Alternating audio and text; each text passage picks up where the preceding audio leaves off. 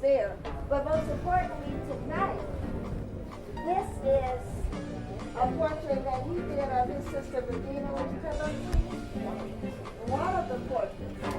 And this portrait happens to be 30 years old, but she still looks good. You know, so, and I found this portrait very intriguing because here I have the exhibition of Craig Felix. Craig, would you step up, please? And Craig Felix is, this is a photo exhibit of the oldest neighborhood in New Orleans, and he'll be talking about that.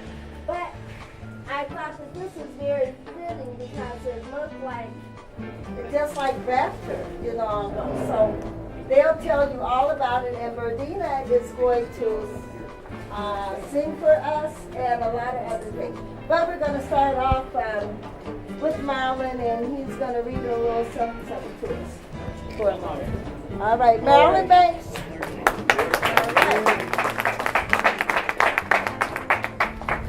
Well, first, thank you all for coming. My name is Marlon Howard Banks, and this is one of the pieces I did from actually 30 years ago. I was 19 years old at that time. So, and my sister has taken care of it all these years, and I really appreciate that. And actually, what my sister is doing here is she's being the female version of another painting I did many years ago. And you probably would have a hard time seeing it, but from this book I've written right here, this is the piece called Guardian of Sleep, and she's the female version. It's Verdina, Lady Guardian. So that's the name of this piece right here. And really what I was doing here is playing on archetypal themes. A lot of cultures use what they call, especially native cultures, even here in Wisconsin. You might have a spirit animal, like some people would say. I knew someone in school named One Horse Blue, and he was I don't remember what tribe he was from. But also in African cultures, they also have spirit animals. And I was really inspired by a performance I saw at Victor Berger, school I went to when I grew up here in Milwaukee, where these African dancers visited our school, and several of the dancers were doing spirit animals. And one of the animals was an eagle, and the woman was imitating the dance of an eagle. And so that's the one that stuck with me. I don't remember the actual story from that African folktale, but I do remember the dance. And I had my sister imitate that one. And it really did tie into the story that I write about that my grandmother shared with me, because she would make stories to scare me into behaving. Marlon, one thing I'd like to interject here. Now, you were 19, had been in college 2 years then. You graduated when you were 17, is that correct? No, I started at Carroll College when I was 17, but I graduated. Okay, and would you tell them what your background is now, how you have gone? I'm a teacher, and I'm a special education teacher, and I actually use my writing, I use my poetry with my students. If you'd like, I can share one with you that I used just today. Thank you. Sure. Just give me a moment. I read the piece called The Pufferfish to one of my students that was behaving like a pufferfish today. And what a pufferfish is, if you don't mind, a pufferfish is, I call those my students that they try to blow themselves up and look big, bad, and tough. And, you know, because it's just a cool thing to do, to act like you don't like school. So I'd written that piece a while back, but this student was behaving like that old pufferfish description that I made up, and so I read this to him. And he said to me, "Are you writing about me?" Or he said, "Is that about me?" I said, "Well, what do you think?" And he said, "I think that sounds like me." I said, "Well, if it was you, I would need 4 or 5 more pages." How about this? If anyone has any questions while I'm looking for that, would you go ahead? You can go ahead and ask me. Here, I found it. Go ahead.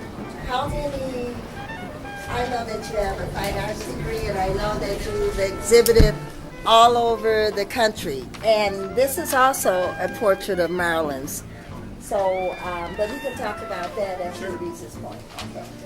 So this was the student that I was thinking about that I, even though I read this before today, I wrote this a while, much earlier than today.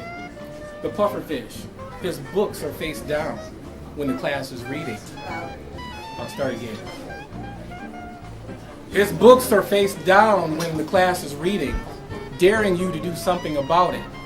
He followed no rules when he entered, with curses for each of his teachers.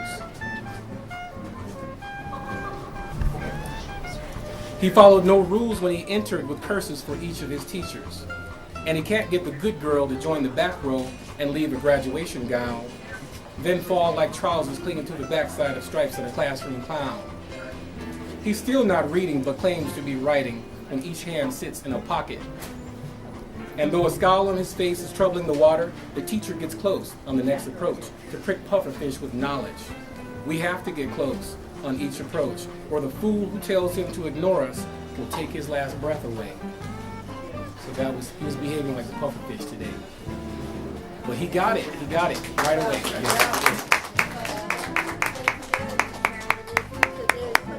Tell us a little bit about the portrait, which we have. This is a very limited edition portrait.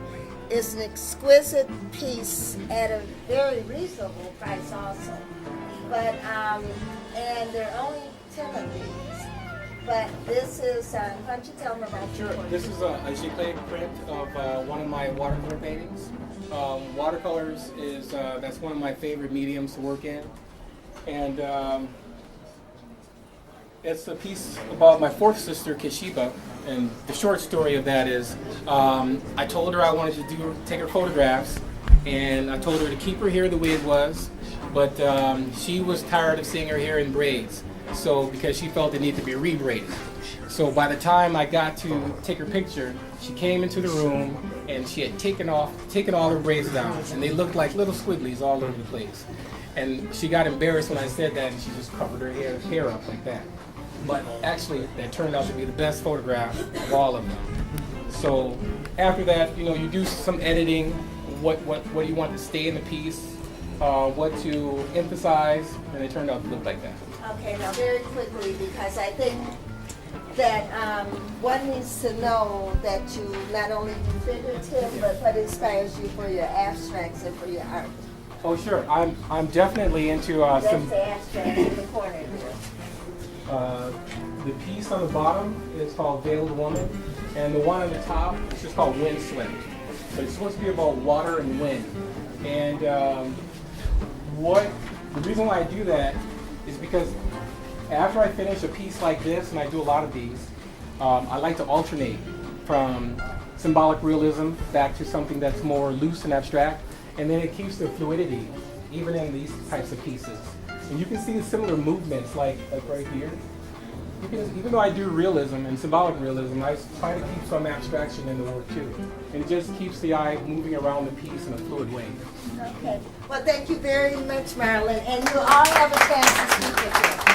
Now, you might have noticed over in this corner we have these two gentlemen with privacy equipment, and the guy that's roaming around with the microphone. Well, guess what? We're on the radio, and we're live on the internet. So this is Venus, and this is David. So they'll be interviewing you, and they're going to be recording, and it's just great fun. So let's make their night and make them stars. That's all I can say. We're going to interview you too. You ain't getting out.